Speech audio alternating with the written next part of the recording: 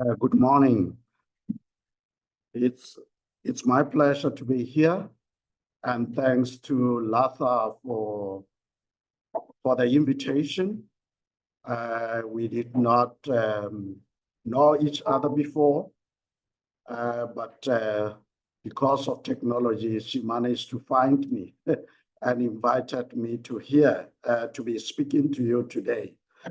And I will be speaking from my context and how I view technology, and speaking as well as see myself immersed in two worlds and trying to assert myself as to who I am as an African, and but operating in two worlds. This reminds me of some sculpture that I saw some time ago, divided into two, representing two worlds. And by so saying, I'm trying to upfront to say, the world will be wonderful if, as people of the world, can actually realize the importance of the contribution that all of us can make towards our development and forge ahead together. In my writing and projects, that's the idea that I leave to advance and to promote.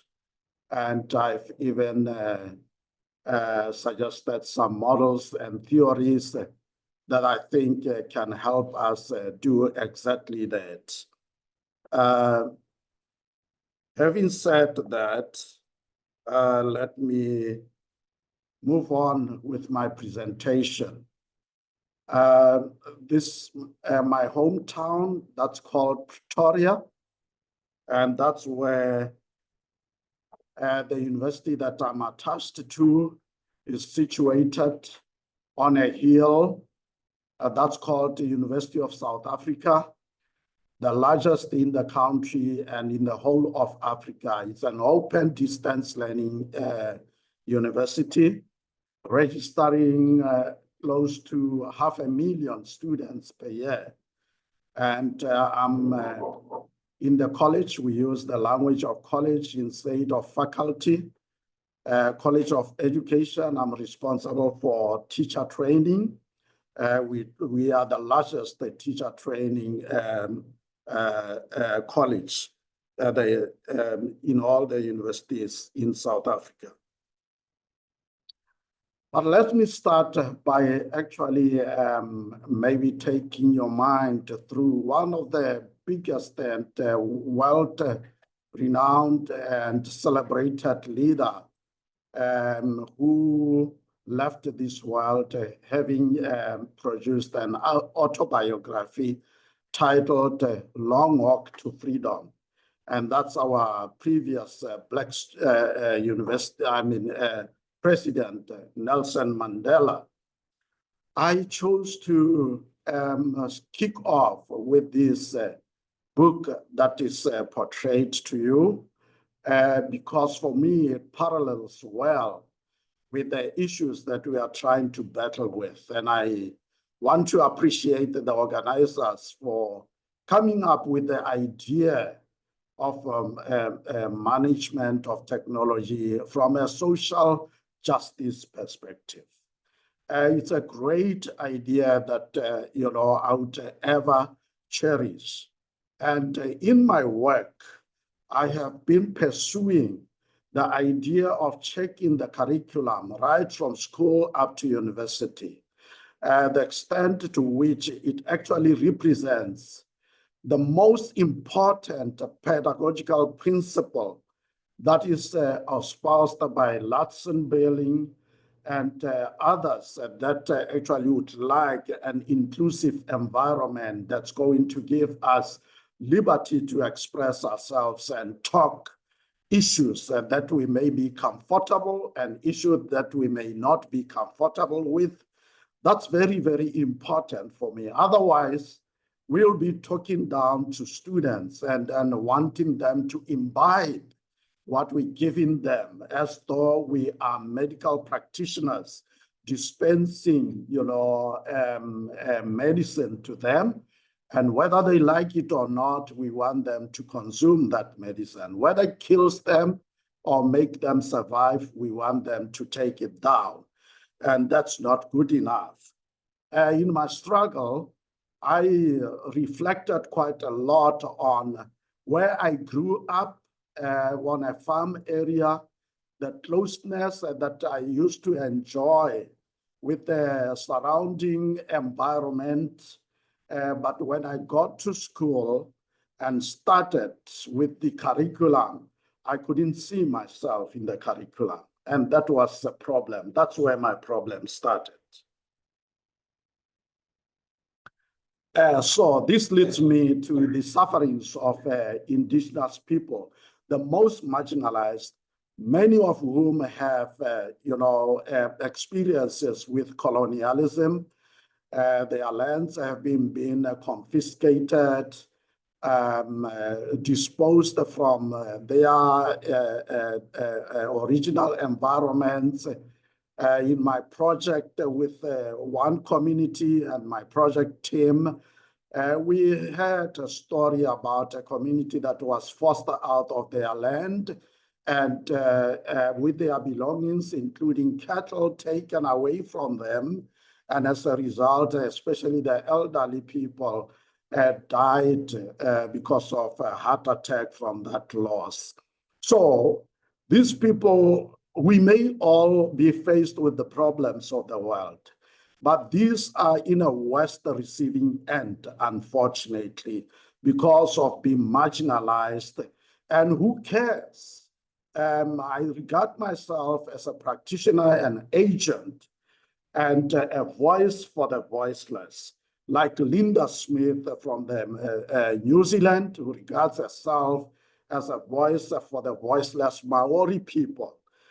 This is how I regard myself from my context and globally in terms of us talking about indigenous people.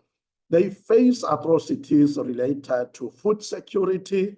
For an example, when development come into their area and vegetation bulldozed off, and they have been harvesting wild veggies from that vegetation, then they get frustrated. Their lives get stuck.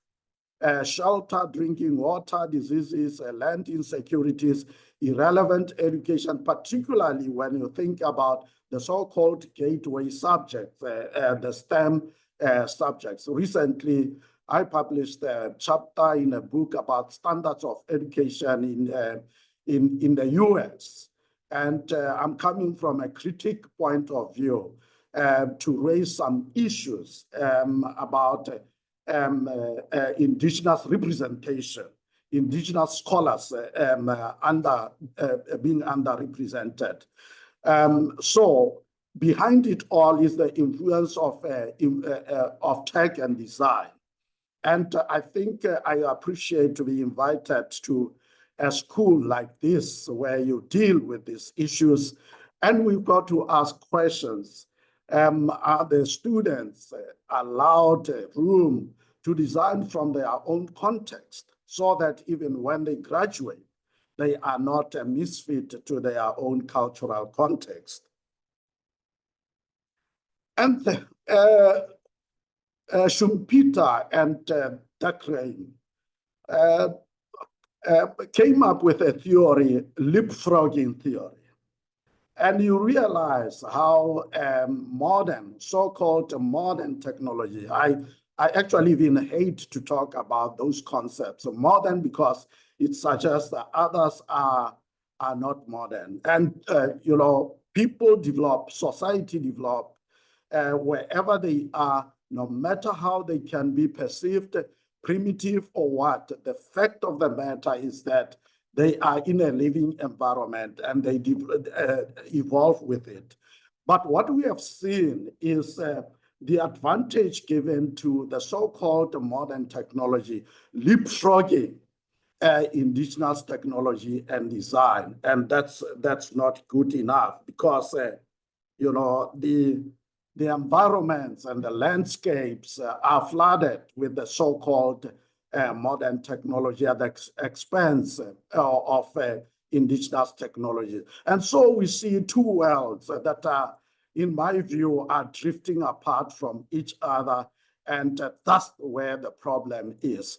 One is the tech world that represents this modern technology that I'm talking about.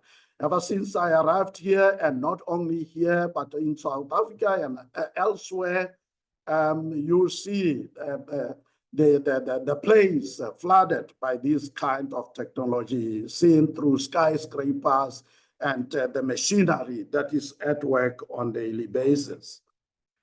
There's another tech world that I'm here to talk about, the richness of which we are actually missing in our institutional organization, social organization, because we tend to look at them as backward. They will not give us, spin-offs quite quickly, because the technology that we are operating or are obsessed with gives us quick results, gives us, gain from a capitalistic perspective.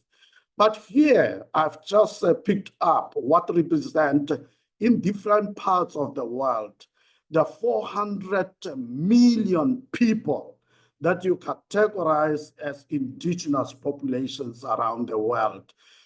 Talk about the Inuit and the Métis in Canada, talk about Aborigines in Australia, talk about Maori, the Sami people in the northern Sweden, so on and on. Here, an interesting one. Watson puts a case study of the Khasi people in India. The picture that you see on the left here is a rope bridge, which the Khasi people constructed because of the harsh weather conditions, monsoon weather conditions. And they identified, grounded trees and made ropes that go across the river and stabilized that quite well so that they could cross from one end to another of the river. On the right-hand side here, solid and well-designed is one of the cultures' huts or house in South Africa called the Zulus, which they built. And you look at it from different angles and design aspects, and the purpose and the functional purpose thereof. You look at the door there, it's quite very low for health reasons and for security reasons. You've got to actually bend your back going in and out of this house from a security point of view, so that when someone tries to attack you at night or whatever time of the day, you have a better advantage when you are on the inside. And they keep knobkieries so they will hit your head. You won't be able to enter easily.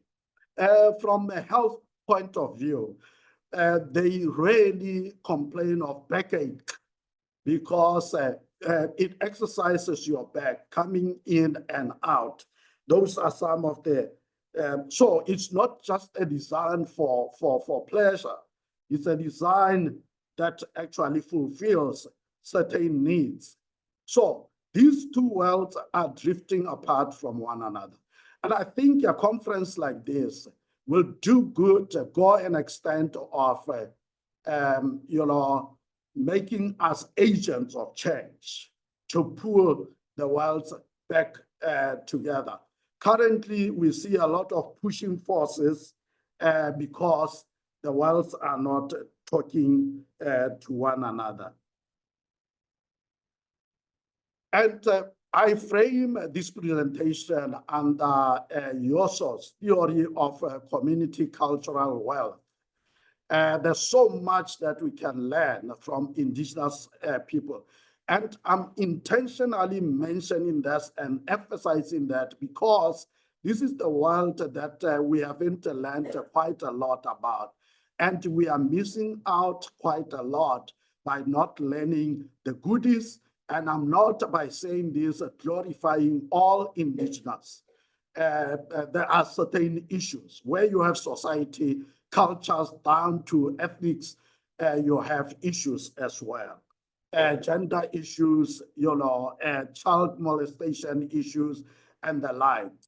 But I think we should look at what is the good that we can take and make the world a better place to live for us all so that we share resources. I want to believe that the maker of the world and the universe did not actually make us want to oppress one another, but to share the resources because he gave an instruction, multiply and manipulate the resources.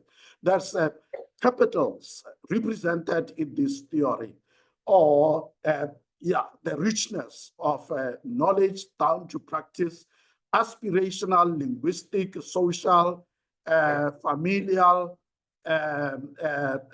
navigational, and resistance. Now, this, holistically represents how indigenous people live.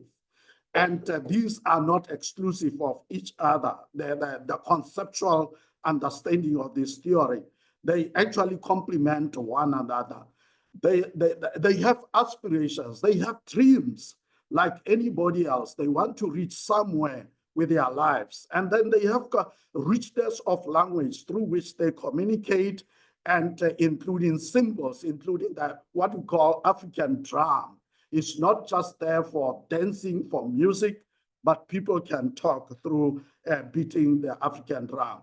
Social organization and how people live one another, which is communal in the main. And this is important for me because in an institution of learning or in academia, it raises questions of intellectual property, who actually owns knowledge. Where you have a setup with a chief, people reporting to him, there is what we call sacred knowledge that is co-owned by the community. So no single person can claim ownership to that. So as we delve and explore the indigenous epistemologies, I would suggest that we look into issues of intellectual property critically, and issues of ethics for that matter, as we are required.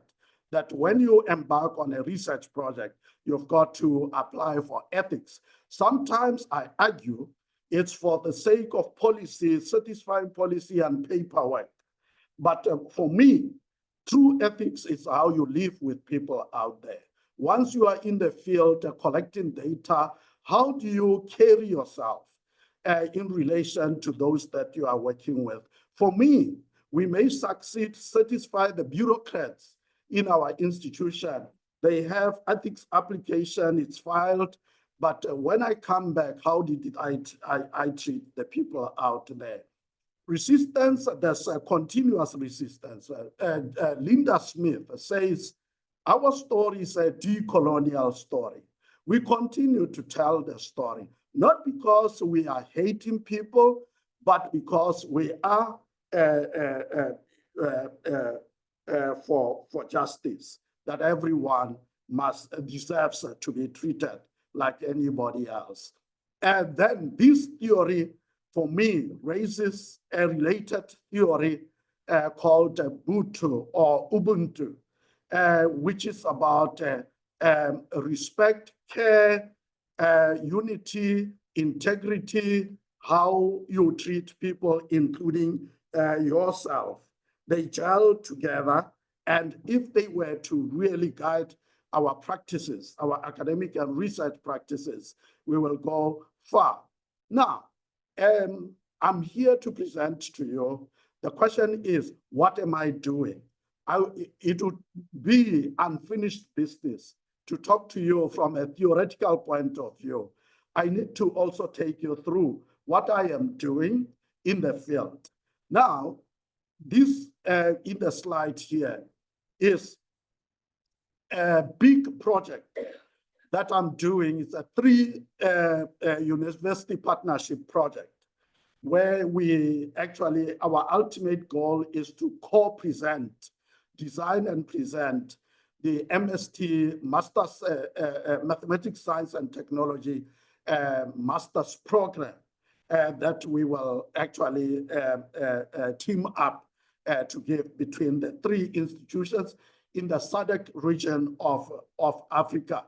That's the University of South Africa, where I'm based, University of Botswana, and Chinua University of Technology in Zimbabwe. We have gone around to visit our collaborators in those other universities. Now, the case in the picture here, the lady that's seated down there, I'm showing faces because this is an ethical issue as well that we need to bring transformation into. When we apply for ethical clearance, we are actually instructed to declare that we will treat our participants anonymously or confidentially. Whose rule is that? Because I'm telling you, in my projects, I'm putting it to the participants. Would you want to be treated confidentially or non-confidentially? And all of them have said, I want my name there because it's my voice that I need represented. And I've gone further to make them participate actively. When I analyze data, I analyze with them. Because it's their voices. Data in some way in Canada, working with indigenous communities, they confronted him to say, you people, academics, come to us like mosquitoes. You come and sting, take our blood in the form of knowledge, and you go away. That's the last time we have seen you. Some say you behave like rapists. You come and rape us, we are wounded, and then you go away and you apply for promotion at our expense. And they go further to say, you cannot even claim you have discovered knowledge. You can only learn from us. That's our knowledge. So I involve them actively down to the analysis and discussion. So the lady here has taken it from her mother from her grandmother, the profession of midwifery.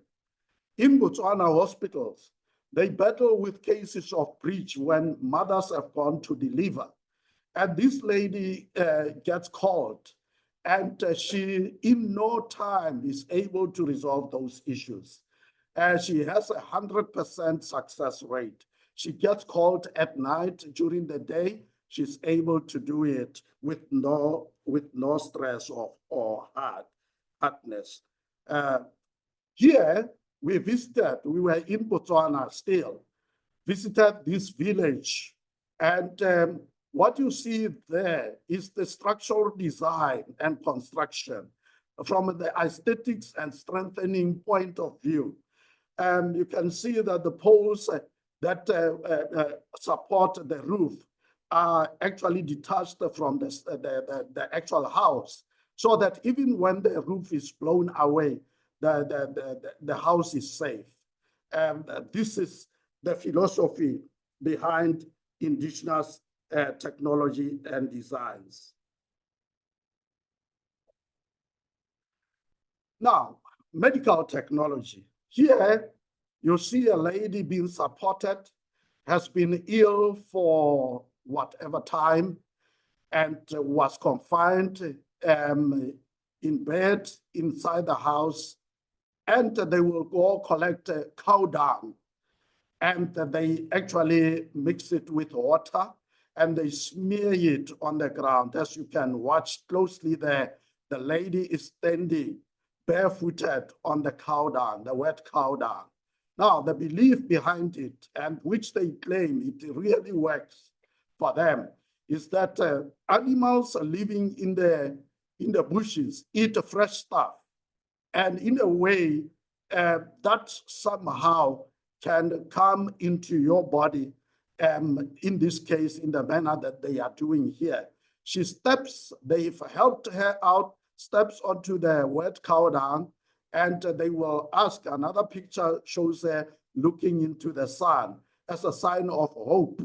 And the moment they are done with that activity, she's back alive, well again, because that has, the healing properties coming from the cow dung. And there's certain commonalities. In one community in South Africa, they showed us the medicinal function of the cow dung, that it repels snakes. You sleep in a house, even when there are lots of snakes around, they will not enter because cow dung works as a repellent. So this second one is the research we did with a community in one of the provinces back home in South Africa. It's called the Ndebele culture. And this was quite interesting to me.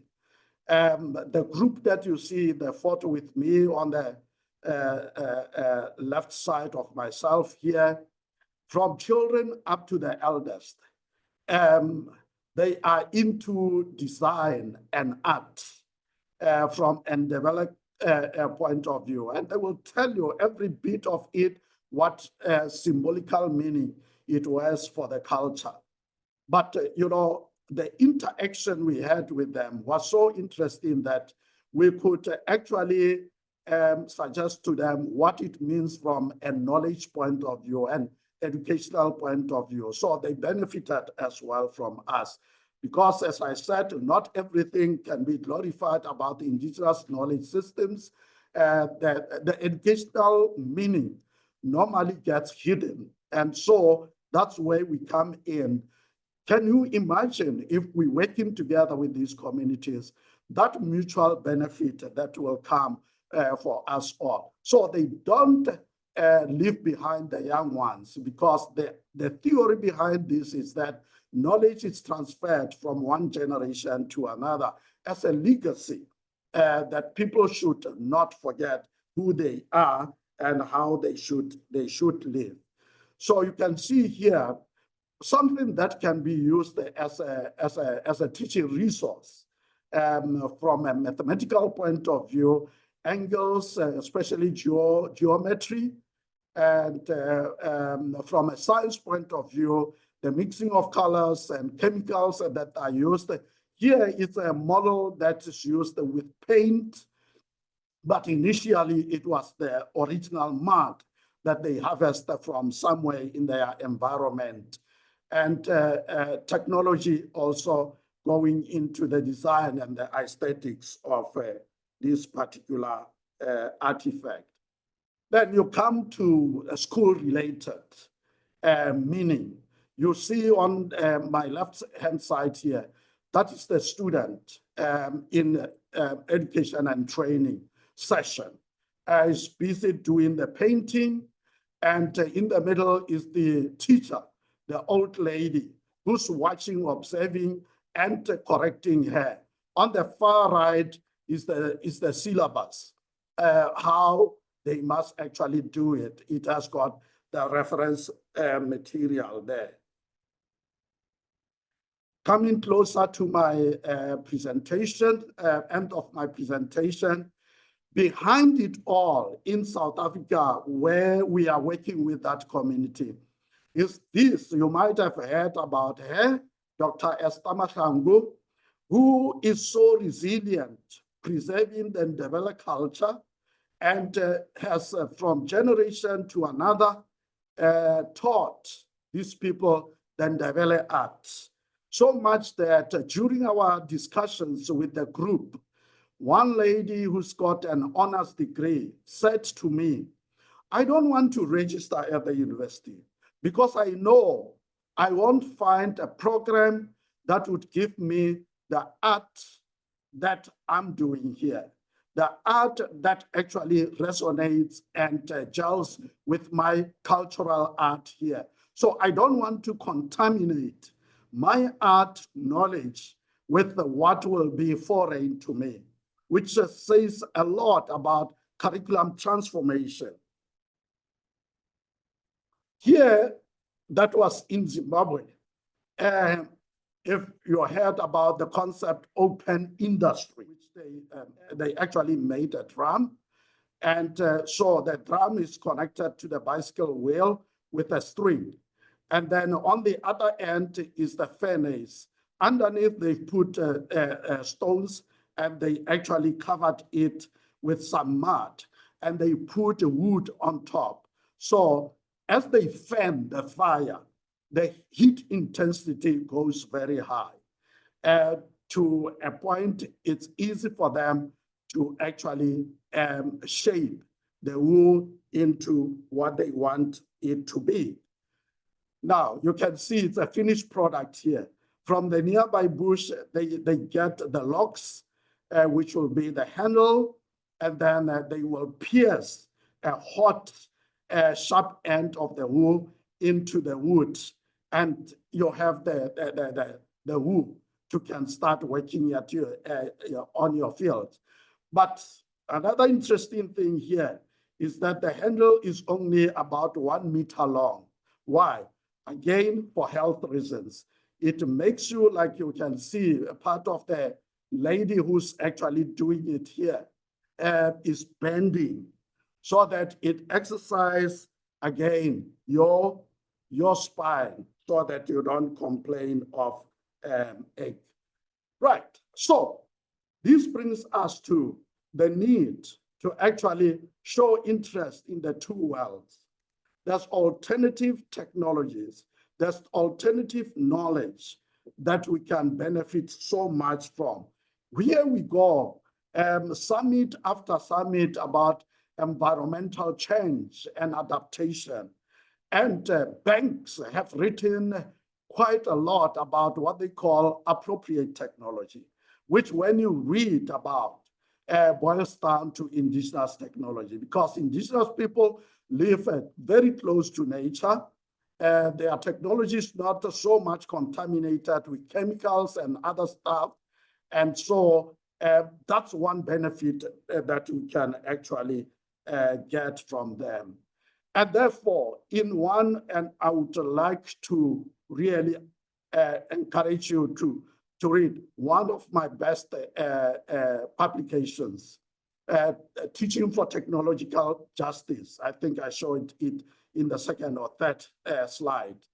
I'm proposing a model here, an adopted model from Higgs, which has got 3 important concepts. If we are going to win integrating with this alternative world, we've got to follow this model in the numbered manner that I've shown here. First, pair indigenous. To make, we were talking over tea with a colleague over there.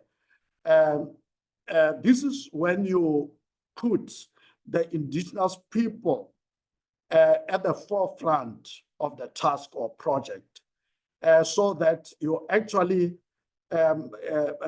follow the emic approach, where you behave like them.